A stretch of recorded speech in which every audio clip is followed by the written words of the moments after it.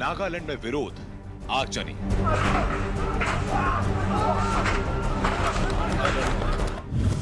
Encounter के बाद हिंसा।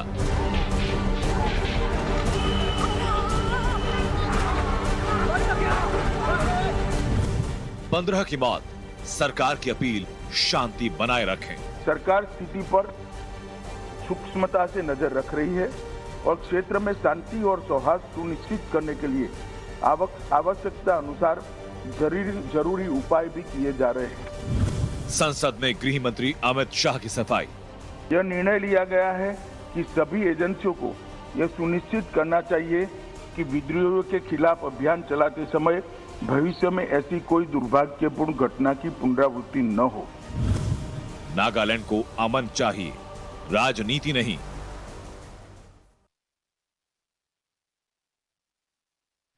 नमस्कार, आप देख रहे हैं धाकड़ एक्सक्लूसिव। मैं हूं पद्मजा जोशी और आज की सबसे बड़ी खबर है नागालैंड में हुई हिंसा, जिसमें अभी तक 15 लोगों की मौत हो गई है। इस भयानक घटना के बाद भरपूर राजनीति हो रही है, लेकिन वास्तव में आखिर हुआ क्या, इसे समझना बेहद जरूरी है, क्योंकि अभी नागालैंड को ही नहीं, देश को शांति की जरूरत है, राजनीति की नहीं। तो सबसे पहले आपको बताती हूं कि आखिर 4 दिसंबर को नागालैंड में क्या घटा। सरकार के मुताबिक ये पूरा मामला है गलत पहचान का, जिसकी वजह से मासूमों की जान गई। सेना को उस इलाके में काम कर रहे कुछ विद्रोही यानी कि इंसर्जेंट की गतिविधि के बारे में जानकारी मिली थी। इसी के तहत 21 पैरा के जवानों ने वहां पर घात लगाई। उस वक्त करीब शाम के 5, साढ़े 5 बज चुके थे और उस इलाके में शाम होते ही सूरज ढल जाता है और काफी अंधेरा भी 5:30, 6 बजे तक हो जाता है। तो इसी अंधेरे में दूर से एक वैन उनको अपनी तरफ आती हुई दिखी। उन्होंने उसको रुकने का इशारा किया, पर वैन रुकने की बजाय भागने की कोशिश करने लगी। इसी के चलते जो वहां सेना के यानी कि 21 पैरा के जवान मौजूद थे, उन्होंने वैन पर फायरिंग शुरू कर दी। उस वैन के अंदर उस वक्त 8 लोग मौजूद थे, जिनकी 6 की मौके पर ही मौत हो गई। जो 2 लोग घायल हुए थे फायरिंग में, उनको फिर सेना ने ही अस्पताल पहुंचाया। अब मैं आपको दिखाती हूं FIR, क्योंकि पहले सेना ने सफाई में कहा कि यह सिर्फ एक मिस्टेकन आइडेंटिटी का मामला था, यानी कि पहचान गलत थी, इंटेलिजेंस बिल्कुल सही थी, जो सूचना मिली थी वो बिल्कुल सही थी, पर गलती से इन लोगों के ऊपर फायरिंग की गई। पर पुलिस इस बात को नहीं मान रही है। नागालैंड की जो पुलिस है, उन्होंने 21 पैरा SF के खिलाफ FIR किया है, जहां पे उन्होंने साफ साफ लिखा है, उन्होंने घटना का वर्णन किया है और बहुत गंभीर आरोप भी लगाए हैं। उनका कहना है कि एनकाउंटर के वक्त, यहां पर अगर आप देखिए तो उन्होंने लिखा हुआ है कि एनकाउंटर के वक्त जब होता क्या है कि जब भी ऐसा कोई एनकाउंटर प्लान किया जाता है तो पास ही के पुलिस स्टेशन को बकायदा सूचना दी जाती है और कई बार सेना की टुकड़ी के साथ जो लोकल पुलिस है वो भी चलती है। इसकी क्या जरूरत है ये मैं आपको समझाती हूं। अब जो पैरा SF है यानी कि स्पेशल फोर्सेस हैं, वो नागालैंड के रहने वाले नहीं हैं। जो सेना के जवान होते हैं वो बाहर से आते हैं, उनमें से कोई उत्तराखंड का है, कोई हरियाणा का है, कोई झारखंड का है, तो वो वहां पर कमांडोज ऑपरेशन करने आते हैं। उनको ना वहां की जो भाषा है उसकी जानकारी होती है, ना वहां पर जो टोपोग्राफी है यानी कि वो इलाका कैसा है, ना उसकी कोई जानकारी होती। तो इसीलिए साथ में वो पुलिस की टुकड़ी को भी लेकर के चलते हैं जिनको भाषा समझ में आए।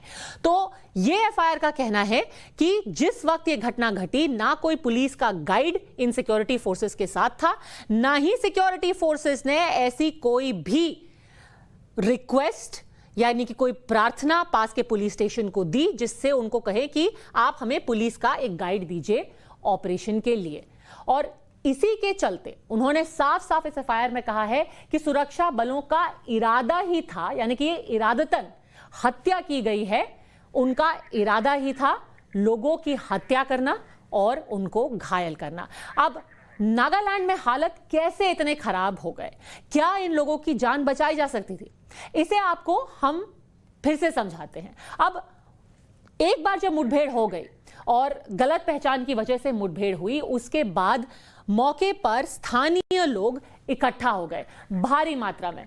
गांव वालों ने सेना के जवानों को घेर लिया और उनकी 2 गाड़ियों में आग लगा दी।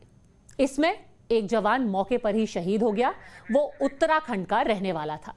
हिंसा में एक की मौत हो गई, कई जवान घायल हुए और उसके बाद आत्मरक्षा में और भीड़ को हटाने के लिए जवानों ने फायरिंग की। 6 लोगों की मौत मुठभेड़ में हो गई थी और जो ये फायरिंग हुई उसमें अब 7 और लोगों की मौत हो गई। इसी के बाद से ही मुख्यमंत्री जो है नागालैंड के, वो कह रहे हैं कि कड़ा एक्शन लिया जाए, कड़ी कार्रवाई की जाए इन सब लोगों के खिलाफ, कमांडोज के खिलाफ, और साथ ही साथ नागालैंड से armed forces special power act को हटाया जाए। एसपीए तो ये जो हम लोग भी हमेशा गवर्नमेंट ऑफ इंडिया से पूछता है ये कि ये रिमूव करो, इसलिए हम हिंदुस्तान है biggest democratic country in the world and this is a draconian law, so it should be removed from our country. There can be many laws which can handle, but this is blackened the image of our country. That is my feeling.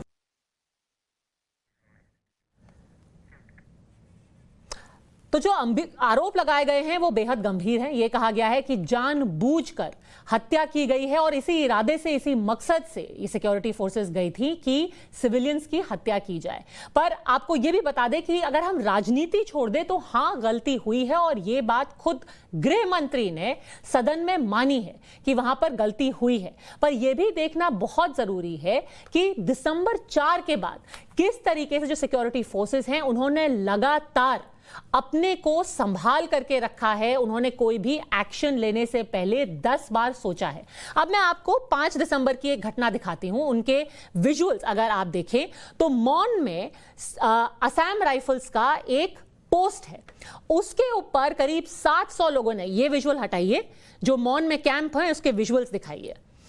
700 लोगों की भीड़ ने उस camp के ऊपर हमला कर दिया और उसी हमले को लेकर के जो कमिश्नर की रिपोर्ट है, जी हां, ये विजुअल्स आप अगर देखेंगे तो उसमें कमिश्नर की रिपोर्ट दी गई है। ये मौन के विजुअल्स देखिए, इसमें 700 की भीड़ है जो कि वहां पर पहुंची।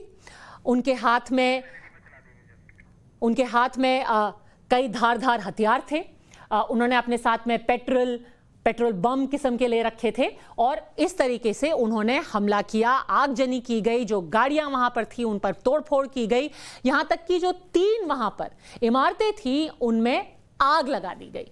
और इसके बाद भी जो असम राइफल्स थे उन्होंने सिर्फ ब्लैंक्स फायर किया, यानी कि गोली नहीं, सिर्फ रबड़ की गोली, और रबड़ की भी नहीं, वो ऐसी गोलियां हैं जिनसे सिर्फ आवाज होती है, धुआं निकलता है, उससे किसी को चोट नहीं पहुंचती। उन्होंने सिर्फ ब्लैंक्स फायर की। फिर भी जब लगातार भीड़ बढ़ती रही, उग्र होती रही, उनको फायरिंग करनी पड़ी और फायरिंग में एक सिविलियन की मौत हो गई। अब कमिश्नर ने ये क्या रिपोर्ट में क्या बोला है, ये आपको हम बताते हैं ग्राफिक्स के जरिए। कमिश्नर ने अपनी रिपोर्ट में पूरा दर्ज किया है कि मौन के स्थानीय लोग भड़क गए थे। जब ब्लैंक्स फायर किए गए तो उसके बाद और भी उग्र हो गई भीड़। अस्पताल कोन्याक यूनियन के दफ्तर की तरफ वो बढ़ने लगे और वो इस तरीके से क्यों भड़के, क्योंकि जिन लोगों की मौत मुठभेड़ में हुई थी उनको दफनाया जाना था, उनका फ्यूनरल होना था, उसमें थोड़ी देरी हो गई। वो 5 तारीख को होना था, उसको 6 तारीख के लिए टाल दिया गया। पर यह सूचना लोगों तक पहुंची नहीं तो अचानक ही वो नाराज हो गए, वो प्रदर्शन करने लगे, वो इन इमारतों की तरफ बढ़े और उनमें से 3 में जब उन्होंने आग लगा दी तो कोन्याक यूनियन के दफ्तर में तोड़फोड़ हुई। असम राइफल की पोस्ट की तरफ वो बढ़े और आखिरकार उसमें भी आग लगा दी गई। इसके बाद एक और सिविलियन की भी मौत हो गई है। लगातार नागालैंड के ऊपर राजनीति की जा रही है। इसके चलते अमित शाह ने आज खुद संसद के दोनों सदनों में एक स्टेटमेंट भी दिया। उन्होंने 15 लोगों पर लोकसभा और राज्यसभा में सफाई दी। अमित शाह ने सिलसिलेवार तरीके से पूरी घटना का वर्णन किया। उन्होंने बताया कि फायरिंग गलत पहचान की वजह से हुई है। नागालैंड के मौन जिले के तिजित क्षेत्र में तिरू गांव के पास उग्रवादियों की आवाजाही की सूचना मिली थी। इसके आधार पर सेना के 21 पैरा कमांडो के एक दस्ते ने दिनांक 4/12/2021 की शाम को संदिग्ध क्षेत्र में एम्बुश लगाया था। एम्बुश के दौरान एक वाहन एम्बुश के स्थान के समीप पहुंचा। उसे रुकने का इशारा और प्रयास किया गया। रुकने की बजाय वाहन द्वारा उस जगह से तेजी से निकलने का प्रयास किया गया, जिसके उपरांत इस आशंका पर कि वाहन में संदिग्ध विद्रोही जा रहे थे, वाहन पर गोली चलाई गई, जिससे वाहन में सवार 8 व्यक्तियों में से 6 व्यक्तियों की मृत्यु हुई। बाद में एक गलत पहचान का मामला पाया गया। जो 2 लोग घायल हुए थे उन्हें सेना द्वारा ही इलाज हेतु नजदीकी स्वास्थ्य केंद्र में ले जाया गया। अमित शाह ने घटना के बाद उसकी प्रतिक्रिया का भी जिक्र किया। उन्होंने बताया कि स्थानिक नागरिकों ने गुस्से में असम राइफल्स की दफ्तर पर हमला कर दिया था।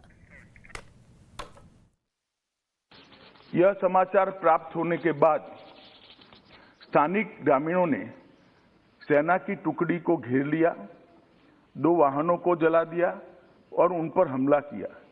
इसके परिणाम स्वरूप सुरक्षा बल के एक जवान की मृत्यु हो गई तथा कई अन्य जवान घायल हो गए। अपनी सुरक्षा में तथा भीड़ को तितर-बितर करने के लिए सुरक्षा बलों को गोली चलानी पड़ी, जिससे 7 और नागरिकों की मृत्यु हो गई तथा कुछ अन्य घायल हो गए।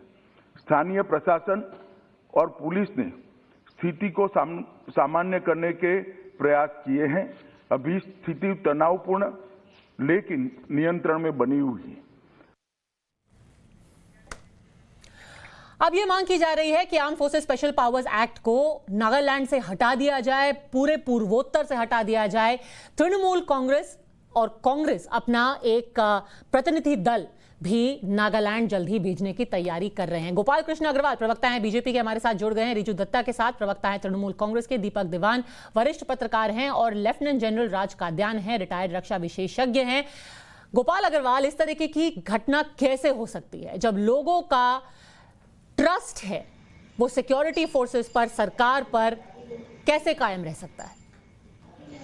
देखिए, जिस तरह का नॉर्थ ईस्ट का ये नागालैंड और कुछ क्षेत्र में इंसर्जेंसी का जिस प्रकार से डर है, ये जो आर्म्ड वायलेंस कई जगह होती है, उसके कारण इस तरह की मिस्टेकन आइडेंटिटी के कारण हो सकती है, जैसे गृह मंत्री जी ने किया है। लेकिन दुर्भाग्यपूर्ण है, और सरकार ने, गृह मंत्री जी ने कहा है स्पष्ट जांच होगी, और जो आर्म फोर्सेस ने भी अपनी एक रिलीज निकाली है, प्रेस रिलीज दी है, और पूरी तरह से वो जो प्रदेश सरकार है वो भी उस पर जांच कर रही है। यह दुर्भाग्यपूर्ण है, इसके ऊपर कार्रवाई होगी, जांच होनी चाहिए। और इसके लिए जो गृह मंत्री जी ने यह भी कहा है कि आने वाले समय में जो सेंसिटाइजेशन है और इसके लिए एजेंसीज को क्या बदलाव करने हैं अपने ऑपरेशनल सिस्टम में, उसके ऊपर भी सरकार पूरी तरह से। तो ये बताइए रिजू दत्ता, इस पर राजनीति करने का ये मौका है? देखिए पद्मजा जी, आप थोड़ा मेरे को समय दे दीजिए।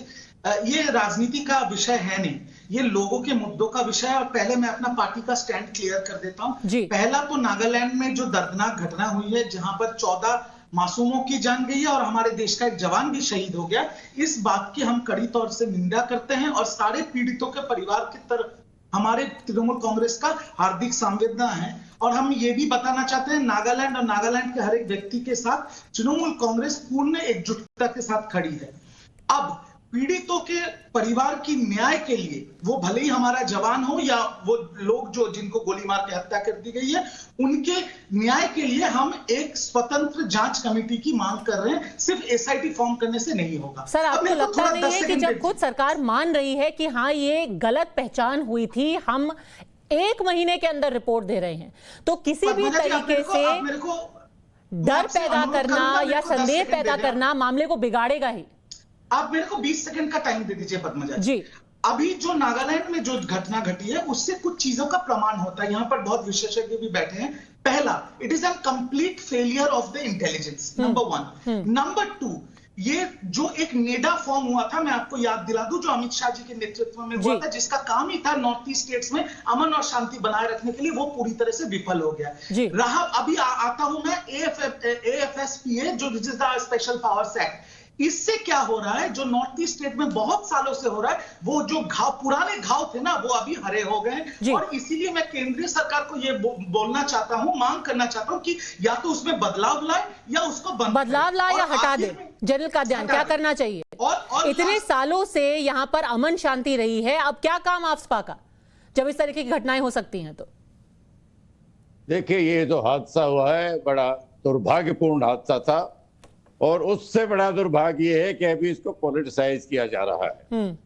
सिक्योरिटी फोर्सेस, खासकर असम राइफल, जो सालों तक वहां रहती है, वो लोगों के दोस्त होते हैं, उनकी भाषा समझते हैं, उनको जानते हैं, उनकी कस्टम फॉलो करते हैं।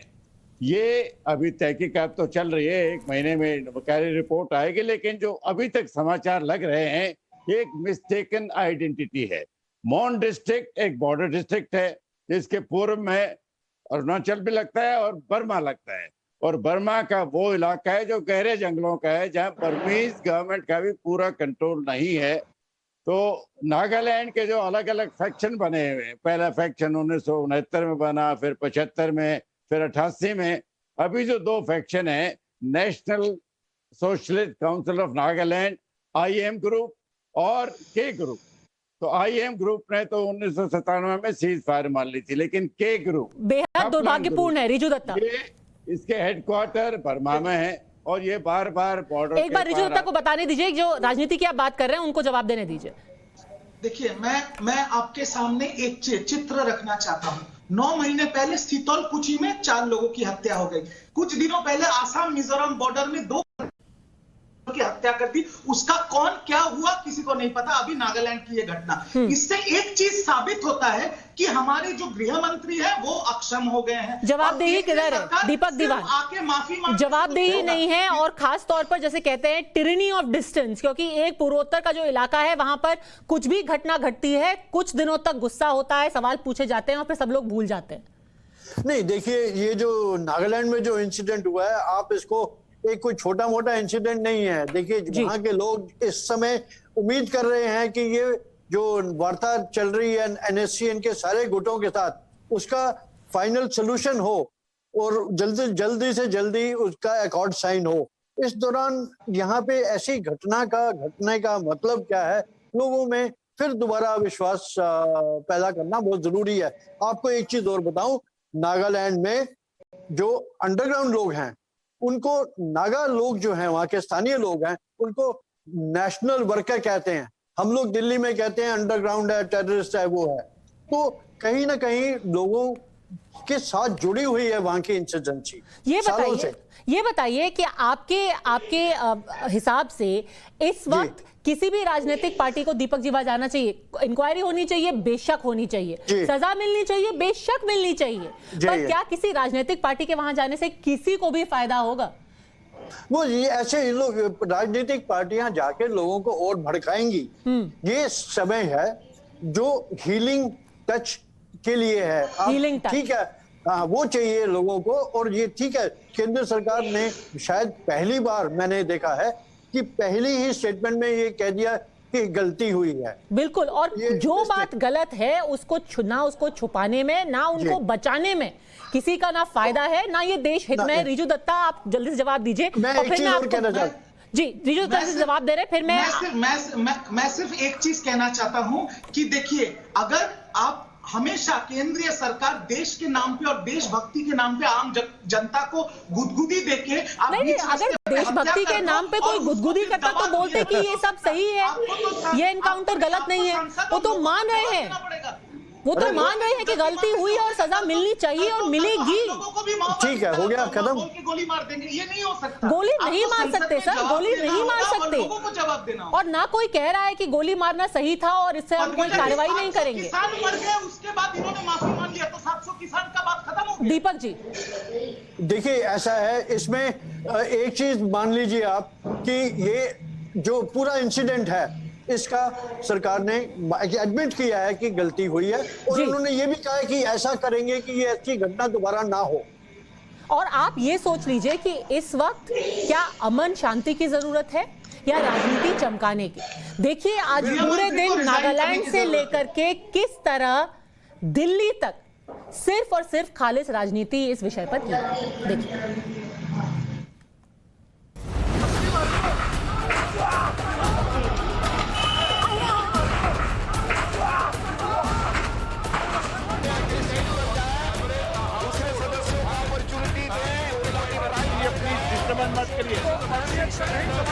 नागालैंड में हुई हिंसा पर आज लोकसभा और राज्यसभा में अमित शाह ने जवाब दिया। राज्यसभा में अमित शाह ने जैसे ही बोलना शुरू किया, विपक्ष ने हंगामा शुरू कर दिया।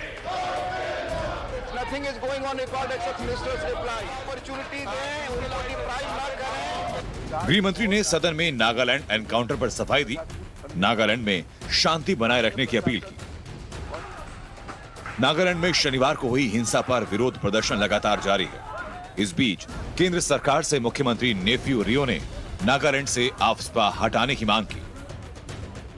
एसपीए तो ये जो हम लोग भी हमेशा गवर्नमेंट ऑफ इंडिया से पूछता है ये कि ये रिमूव करो, इसलिए हम हिंदुस्तान है biggest democratic country in the world and this is a draconian law, so it should be removed from our country. There can be many laws which can handle, but this is blackened the image of our country.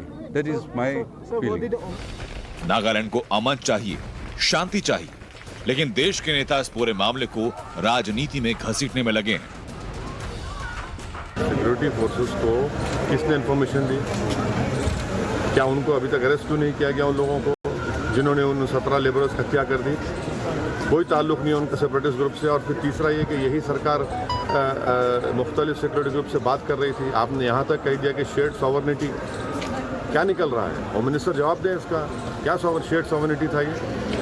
और मणिपुर में नवंबर में 7 security personal को मारे गए, बाद में पलटा के आपने वो कर दिया। ये तो गलत हो रहा है ना। जब तक आफ्स्पा रहेगा नॉर्थ ईस्ट में अमन कायम नहीं हो सकता। नॉर्थ ईस्ट जल रहा है आज, नॉर्थ ईस्ट में क्या अमन है वहां पर? कांग्रेस नागालैंड हिंसा पर मुआवजे की राजनीति कर रही है। Our demand was that at least to placate the rage of those people in Nagaland, government should have announced an adequate economic package, but government has not been, has not accepted our demand since. Nagaland में हालात तनावपूर्ण है, लेकिन नियंत्रण में है। सरकार लगातार शांति बनाए रखने की अपील कर रही है। Bureau report, times now, Navbharat.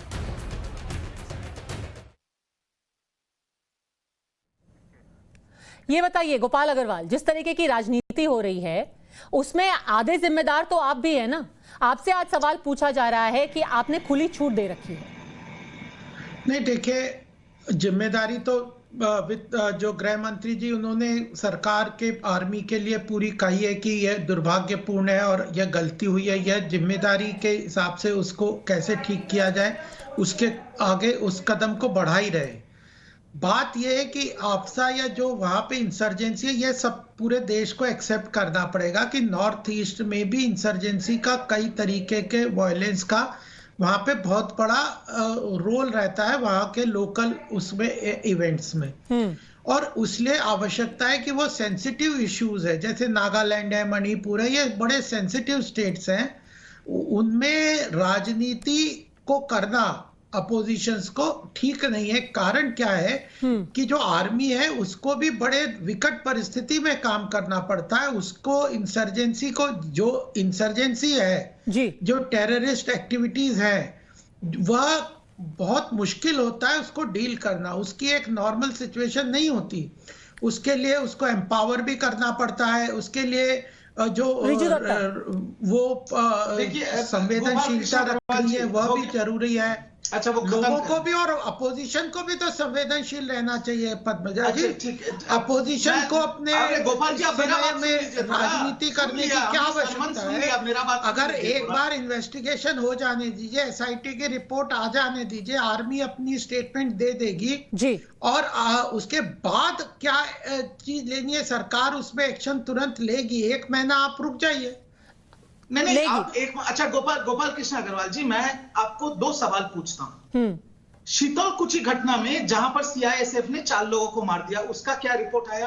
Assam Mizoram border में 2 प्रदेश की पुलिस एक दूसरे एक सेकंड खत्म कर लीजिए। नहीं, आप ये आर्मी और बीआईएसएफ के खिलाफ इस तरह की शब्दावली नहीं इस्तेमाल करिए। 2 स्टेट की पुलिस में आपने लड़ाई करके 6 लोगों को मार दिया, क्या रिपोर्ट आया? अमित शाह जी ने 2 मुख्यमंत्री के साथ बंद दरवाजे में मीटिंग किया, क्या रिपोर्ट आया? कोई रिपोर्ट नहीं आया। और रिपोर्ट का इंतजार करते करते लोगों का धैर्य टूटने लगा है। जनरल कादयान, बड़े सारे लोग और कुछ रक्षा विशेषज्ञ भी ये मानते हैं कि शायद इस एक्ट को एक बार फिर से देखना चाहिए। पूरे राज्य को इस तरीके से आफ्स्पा के नीचे रखना, लोगों को लगना कि हमारे जो मौलिक अधिकार हैं उनका हनन किया जा रहा है, और इस तरीके की घटना होना जिसकी रिपोर्ट पता नहीं कब आएगी, पता नहीं सबको सजा मिलेगी कि नहीं, लोग अब इससे थकने लगे हैं।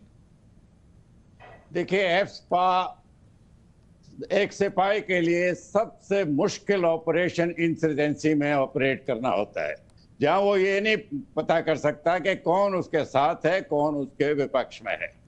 अगर आप उसको लीगल प्रोटेक्शन नहीं देंगे, अब एक सिपाही जैसा आपने शुरू में कहा, कोई बिहार से आता है, कोई केरला से, अगर उससे कोई गलती हुई है, जैसा कि होम मिनिस्टर ने बड़ी बैलेंस स्टेटमेंट दी कि लगता है कि पहचान में गलती थी, अगर आप उस सिपाही को, उसका कोई पर्सनल इन्वॉल्वमेंट नहीं है वहां पर नागालैंड में, वो एक ड्यूटी कर रहा है, अगर उसको आप लीगल प्रोटेक्शन नहीं दें कि अगर उससे गलती हो भी जाती है, गलतियां पहले भी हुई हैं, शायद आगे भी हो सकती हैं, तो आप उसको जिंदगी भर कोर्ट कचहरी में घसीटते फिरे तो कौन सिपाही वहां पर ऑपरेट करेगा? तो ये इफेक्टिवनेस जो सिक्योरिटी फोर्सेस का, ये बिल्कुल खत्म हो जाएगी। ये एक्ट तो 1958 से लगा है और इलाकों में भी लगा हुआ है, पार्लियामेंट ने पास किया, सेनाओं ने नहीं मांगा। अगर सेनाओं को वहां ऑपरेट करना है तो सिपाही को लीगल प्रोटेक्शन देना जरूरी है। तो आफ्स्पा को हटाना एक हादसे पर दारोमदार करते हुए मैं समझता हूँ सही नहीं है। चीफ मिनिस्टर बड़े स्टॉन्च नेशनलिस्ट हैं, वो पढ़े भी सैनिक स्कूल में है नागालैंड के बाहर।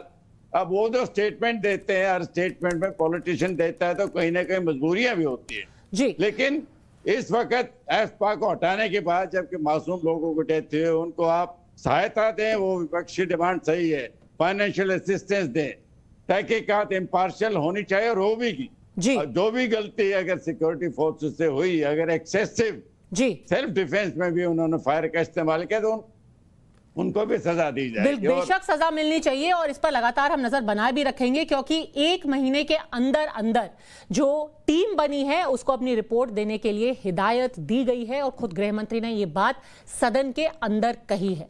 बहरहाल जो लोग हैं, जो जाने गई हैं, वो वापस नहीं आ सकती, पर इंसाफ जरूर होना चाहिए। हमसे जुड़ने के लिए आपका बहुत बहुत धन्यवाद। आज एक और बहुत बड़ी खबर है दिल्ली से, जहां रूस के राष्ट्रपति व्लादिमीर पुतिन दिल्ली में प्रधानमंत्री मोदी के साथ मुलाकात कर रहे हैं। वो मुलाकात अभी भी जारी है। बहुत से ऐसी चीजें हैं, बहुत से ऐसे मुद्दे हैं जिनमें दोनों देशों के बीच में करार होने की संभावना है। आज सुबह ही दोनों देशों के रक्षा और विदेश मंत्रियों की भी मुलाकात हुई, जिसको 2+2 डायलॉग के नाम से जाना जाता है। उसमें खास तौर पर चीन और पाकिस्तान के लिए बहुत ही कड़ा संदेश था, जहां पर राजनाथ सिंह ने साफ साफ बोला कि हमारी मंशा यह नहीं है किसी भी तीसरे देश के खिलाफ कोई भी कार्रवाई करें, पर हम ये चाहते हैं कि रूस और भारत के बीच में ऐसे रिश्ते हों जिससे हमारे नॉर्थ में जो देश है जिन्होंने लगातार 2020 से हमारे खिलाफ एक्शन लिया है, उनको एक कड़ा जवाब मिले। पर जहां तक कि रक्षा सौदों की बात है, मैं आपको दिखाना चाहती हूं कौन से वो महत्वपूर्ण रक्षा सौदे हैं, या तो जिन पर मुहर लग गई है या जिन पर अभी भी काम जारी है। तो ये रक्षा सौदे 3 ऐसे अहम रक्षा सौदे हैं और उनमें से सबसे बड़ा है 6 लाख से ज्यादा कलाशनिकोव राइफल्स के लिए जो करार हुआ है। उसके 2 मुख्य हिस्से हैं। AK राइफल्स जो है, जिसके आप AK-47 के नाम से जानते होंगे, वो कलाशनिकोव राइफल्स हैं जो कि रशिया में बनती हैं। अभी हमारे देश में AK-47 राइफल्स का इस्तेमाल हमारी भारतीय सेना करती है, पर AK-203 राइफल के लिए 5,000 करोड़ से ज्यादा का करार हुआ है। एक इसका हिस्सा यह है कि इस कलाशनिकोव की फैक्ट्री को अमेठी में डाला जाएगा और वहीं पे ये राइफल बनाई जाएगी, और अभी से ही ऐसी 6 लाख से ज्यादा राइफलों का सौदा हो चुका है, यानी कि 6 लाख ऐसी राइफलें बनेंगी और उनमें से कुछ जो हैं 32 महीनों के अंदर अंदर ही हमें मिलनी शुरू हो जाएंगी। अब ये जो एक AK-203 राइफल आप देख रहे हैं, AK-203, ये इसलिए बहुत जरूरी है क्योंकि फिलहाल जो हम राइफल इस्तेमाल करते हैं, इंसास राइफल जो हमारे भारत में ही बनी हुई है, काफी भारी राइफल है, पुरानी भी हो चुकी हैं, उनमें कुछ और भी कभी मुश्किलें आती हैं, खास तौर पर जब हाई ऑल्टीट्यूड पर लड़ाई करनी होती है। राष्ट्रीय राइफल्स जो हमारी कश्मीर में हमारी सेना तैनात है या फिर जो पाकिस्तान के साथ सीमा पे तैनात हैं, वो ज्यादातर या तो इंसास या फिर AK-47 का इस्तेमाल करती हैं। उनको इसकी जगह ये AK-203 दी जाएगी जो कि ना सिर्फ हल्की है पर ज्यादा दूर तक भी फायरिंग कर सकती है। हाई ऑल्टीट्यूड में ये जाम भी कम होती है। ये पहले ही हमें मिल जानी चाहिए थी, पर इसके बीच में कुछ रोड़ा आ गया, बीच में कुछ परेशानियां थी इस पूरे करार में, इसीलिए फिर अमेरिका से भारत ने सिग सौर राइफल खरीदी जो कि इंसास के मुकाबले ज्यादा हल्की है। AK-203 की डील पूरी पक्की हो चुकी है। अब बात करें जो दूसरा बहुत महत्वपूर्ण मुद्दा था, वो था S-400 का। ये भी रूस से मिलने वाली है। ये है एंटी मिसाइल सिस्टम है और एंटी मिसाइल सिस्टम में ये हमारा करार भी पहले हो चुका था। सबसे दिलचस्प बात यह है कि ये करार 2018 में हुआ था, पर पुतिन के भारत आने से ठीक पहले S-400 की डिलीवरी भी शुरू हो गई। ये करार 3 साल पहले का है, पैसा भी जा चुका है और अत्याधुनिक हवाई रक्षा उपकरण है। Air missile system, air defence system वो होता है कि अगर उनकी तरफ से कोई एयरक्राफ्ट आए, और ये खास तौर पर जो भारत चीन के बीच में जो तनाव है उसके चलते बहुत ही जरूरी है कि ये एयर डिफेंस सिस्टम भारत के पास आए, ये हथियार भारत के पास हो। ऐसा ही एक एयर डिफेंस सिस्टम चीन ने भी तिब्बत में लगा रखा है, तो भारत भी इसको अपने फॉरवर्ड बेसिस में लगाएगा। इसकी डिलीवरी बस होने ही वाली है, शुरू हो गई है। ये भी डील दोनों के बीच में पक्की है। पर एक ऐसा मुद्दा है जिसको लेकर के अभी भी असमंजस बना हुआ है। ये कामोव हेलीकॉप्टर भारत को रूस से ले रहे थे और इसके लिए बातचीत काफी वक्त से, ये कामोव हेलीकॉप्टर आप देखिए काफी वक्त से इसके लिए दोनों देशों के बीच में बातचीत चल रही है। बेहद हल्के वजन का ये बेहतर हेलीकॉप्टर है, पर इसका करार इसलिए नहीं हो पाया है टेक्नोलॉजी ट्रांसफर को लेके। अब टेक्नोलॉजी ट्रांसफर क्या होता है? भारत ये कह रहा है, जैसे हमारी कई सारी सबमरीन भी अभी रूस में बनती हैं, अभी जब भी उसका कोई रिपेयर, आप सोचिए आपके पास अगर गाड़ी है तो आप सर्विसिंग के लिए देते हैं ना, हर साल में कम से कम एक बार तो सर्विसिंग ले जाती है। वैसे ही सर्विसिंग के लिए हम भी अपनी सबमरीन वापस रूस में भेजते हैं, वहां से वो ठीक ठाक होकर के वापस आती है। भारत कह रहा है कि हम आपसे ये हेलीकॉप्टर लेंगे, ये लाइट यूटिलिटी हेलीकॉप्टर है, हमारे लिए जरूरी है, भारतीय सेना को इसकी जरूरत है, पर आप इसकी टेक्नोलॉजी हमें दे दीजिए तभी हम ये करार करेंगे। रूस अभी इस बात पर मान नहीं रहा है। इसी असहमति की वजह से ये डील फिलहाल रुकी हुई है। आपने काफी देखा होगा कि चीता और चेतक दो ऐसे हेलीकॉप्टर हैं, लाइट यूटिलिटी हेलीकॉप्टर। आपने कभी अगर बाढ़ में लोगों की मदद करने के लिए या रसद का सामान उन तक पहुंचाने के लिए आपने जो चॉपर का इस्तेमाल करते हुए देखा होगा सेना को, वही चीता और चेतक पुराने हो चुके हैं और उनके लिए, उनकी जगह पे ये कामोव के लिए हमें करार करने की जरूरत है। ये मामला अभी भी फंसा हुआ है। आपको बता दें कि ये जो मैंने AK-203 राइफल की बात की, इसकी फैक्ट्री अमेठी में लगने वाली है। 5,200 करोड़ रुपए की ये पूरी डील है, पर अमेठी के लिए इसके क्या मायने हैं, क्या सोच रहे हैं वहां रहने वाले, देखिए ये ग्राउंड रिपोर्ट।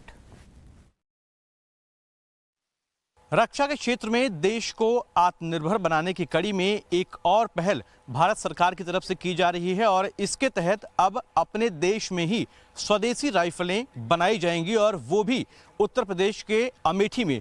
इस वक्त हम उसी ऑर्डिनेंस फैक्ट्री के ठीक बाहर मौजूद हैं, जो आप तस्वीरों में देख सकते हैं कि आयुध निर्माण परियोजना HAL कोरवा जो जगह है वहां पर ये मौजूद है और यहाँ पर स्वदेशी राइफल जो है AK-203 उसका निर्माण किया जाएगा। और इतना ही नहीं, ये राइफल जो है भारत और रूस के साझा सहयोग से बनेगा, यानी तकनीकी का जो आदान प्रदान है वो दोनों देशों के जरिए होगा।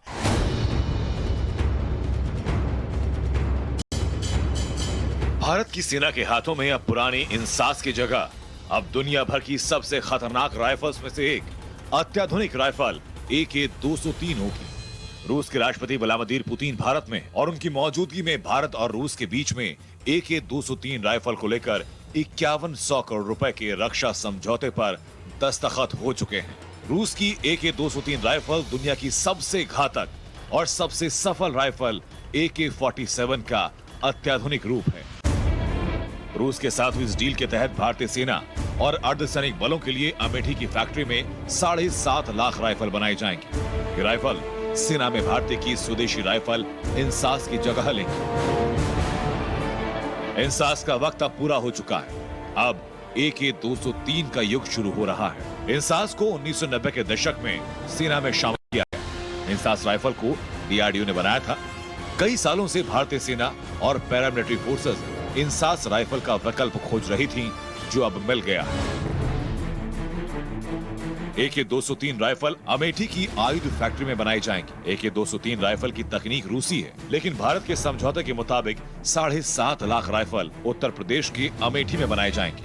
इसकी विशेषताओं की अगर हम बात करें तो वजन में काफ़ी हल्की है और आसान है इस्तेमाल करने में। इसके साथ साथ जो इंसास राइफलें हैं वो भारी होती थी, गोलियों की संख्या कम होती थी और साथ ही साथ उनको पुराना होने की वजह से इस्तेमाल में भी कई बार दिक्कत होती थी। इसी को लेकर सरकार ने फैसला किया है कि अब अपने देश की स्वदेशी निर्मित राइफलों को अपने ही देश में बनाया जाएगा और उसके लिए भी उत्तम तकनीकी के सहयोग के लिए रूस के साथ समझौता किया गया है। यानी अब अपने देश में बेहतरीन क्वालिटी की राइफल्स का निर्माण होगा।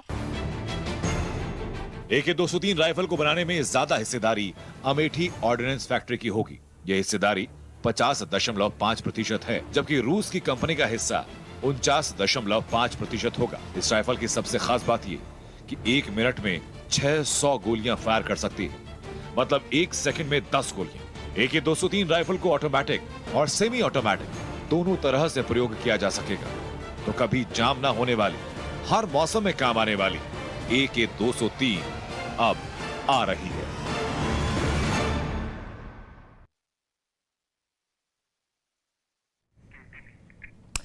क्या निकलता है इस मीटिंग में, जो कि अभी प्रधानमंत्री मोदी और व्लादिमीर पुतिन के बीच में चल रही है? पहले आपको खबर मिलेगी यही टाइम्स नाउ नव भारत पर। एक बार नजर डालते हैं इस वक्त जम्मू कश्मीर से आ रही बड़ी खबर पे, जहां पाकिस्तानी आतंक की एक और साजिश का पता चला है। कि पाकिस्तान साजिश करता है, ये बात तो जग जाहिर है। अपनी इस साजिश में पाकिस्तान अब अपने ही मुल्क के छोटे छोटे बच्चों का भी इस्तेमाल करने लगा है। इमरान खान ने अपने ही मुल्क के बच्चों को लेकर के कैसे बनाया था टेरर प्लान, देखिए टाइम्स नाउ नव भारत की एक्सक्लूसिव रिपोर्ट।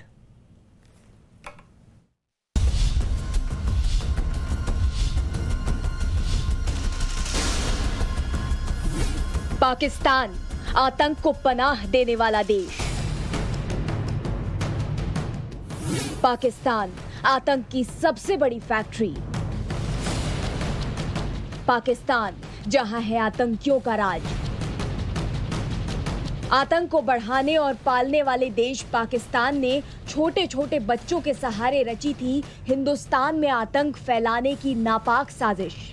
पाकिस्तान की सेना, पाकिस्तान के आतंकी जब भारत के सुरक्षा बलों के आगे घुटने टेक चुके हैं, तब पाकिस्तान इन नन्हे मुन्ने बच्चों का ब्रेन वॉश कर हिंदुस्तान में आतंक फैलाना चाहता है। पाकिस्तान के आतंकी संगठन जैश-ए मोहम्मद और लश्कर-ए-तैयबा ने ISIS की मदद से बच्चों को भर्ती किया है। इन बच्चों का इस्तेमाल ये आतंकी संगठन LOC का सर्वेक्षण कर घुसपैठ को आसान बनाने के लिए कर रहे हैं। पाकिस्तान की इस नापाक और भयावह साजिश का खुलासा तब हुआ जब पुंछ और राजौरी में बॉर्डर पर तैनात सैनिकों ने इन्हें भारत में गलत तरीके से घुसते हुए पकड़ा। पाकिस्तान की एक और नापाक साजिश का खुलासा, अब बच्चों के सहारे हिंदुस्तान में आतंक फैलाने की पूरी कोशिश। पाकिस्तान की खुफिया एजेंसी, इंटर सर्विस इंटेलिजेंस और जिहादी तंजीमें जैसे लश्कर-ए-तैयबा और जैश-ए-मोहम्मद अब बच्चों का इस्तेमाल LOC पर रेकी के लिए कर रही हैं, ताकि ये नन्हे टेरर गाइड उनकी मदद इन्फिल्ट्रेशन में करे। उन्हें ये पाठ पढ़ाकर यहाँ भेजा जाता है कि अगर वो भारतीय फौज के हाथ लग जाएं तो ये कहकर बच निकलें कि वो गलती से सरहद पार आ गए हैं। 17 अगस्त 2021 को सेना के जवानों ने ख्याम मकसूद को हिरासत में लिया, जिसकी उम्र 17 साल है। शुरुआती जांच में तो ख्याम मकसूद ने सेना को बताया कि वो पिता से हुए झगड़े के बाद गुस्से में आकर एलओसी पार कर रहा था और भारत में बेहतर भविष्य के लिए आया था। लेकिन बाद में इसने असली साजिश का खुलासा किया और बताया कि लश्कर के 2 आतंकियों ने इसे हिंदुस्तान में मिशन पर भेजा था, जिसके तहत इसे एलओसी से जुड़ी हर जानकारी उन्हें देनी थी। ख्याम पाकिस्तान में मजदूरी करता था। पिता के इलाज के लिए मोटी रकम का लालच देकर लश्कर के जिहादियों ने इसे गुमराह किया। ख्याम मकसूद की तरह आतंकियों ने अली हैदर, जिसकी उम्र 13 साल है, और उस्माद अली, जिसकी उम्र 11 साल है, उसे भी हिंदुस्तान में इसी तरह की साजिश के लिए भेजा था। आतंकियों के झांसे में दानियाल, अरबाब और उमैर भी आए थे, जिन्हें इस साल अगस्त 2021 में हिरासत में लिया गया था। इन तीनों से कुछ देर तक पूछताछ करने के बाद भारतीय सेना ने इन्हें पाकिस्तानी आर्मी के हवाले कर दिया था, जिससे ये अपने परिवार तक पहुंच जाएं। लेकिन पाकिस्तानी सैनिकों ने इनसे 3 दिन तक कड़ी पूछताछ की और एलओसी पर भारतीय आर्मी से जुड़ी जानकारी भी मांगी, जिससे वो अपने हमले की रणनीति बना सकें। सीज फायर के बाद 10 नाबालिगों को सेना ने हिरासत में लिया है, जिसमें 2 लड़कियां भी शामिल थीं। हिंदुस्तान में आतंक फैलाने के लिए पाकिस्तान किस हद तक गिर सकता है, उसका सबूत आज पूरी दुनिया के सामने है। जिन बच्चों के हाथ में पाकिस्तान सरकार को किताबें थमानी चाहिए, उन बच्चों को गुमराह कर पाकिस्तान के आतंकी उन्हें जिहाद के मिशन पर भेज रहे हैं। ब्यूरो रिपोर्ट, टाइम्स नाउ नव भारत। धाकड़ एक्सक्लूसिव में आज के बस इतना ही। वक्त हो गया है एक ब्रेक का। खबरों का सिलसिला जारी रहेगा। आप देखते रहिए टाइम्स नाउ नव भारत।